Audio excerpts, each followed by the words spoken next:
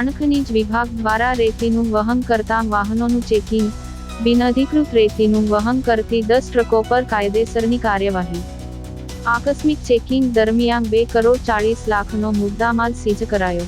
ભૂસ્તર શાસ્ત્રી ભરૂચના માર્ગદર્શન હેઠળ ભરૂચ જિલ્લામાં હેવી ડમ્પરો દ્વારા ખનીજના બિનઅધિકૃત વહન અટકાવવા ખાણ ખનીજની તપાસણી ટીમ દ્વારા તારીખ 18 અને 19ના રોજ આકસ્મિક વાહન ચેકિંગ કરતાં રાજપારડી, નેત્રંગ, ઝઘડિયા, શુકલતીર્થ અને દહેજ રોડ ખાતેથી સાદી રેતી, બ્લેકટ્રેક તથા કાર્બોશેલ જેવા ખનીજનું બિનઅધિકૃત વહન કરતાં કુલ 10 ટ્રકોને પકડી કુલ 2,40 લાખનો મુદ્દામાલ સીઝ કરી કાયદેસરની કાર્યવાહી હાથ ધરવામાં આવી છે।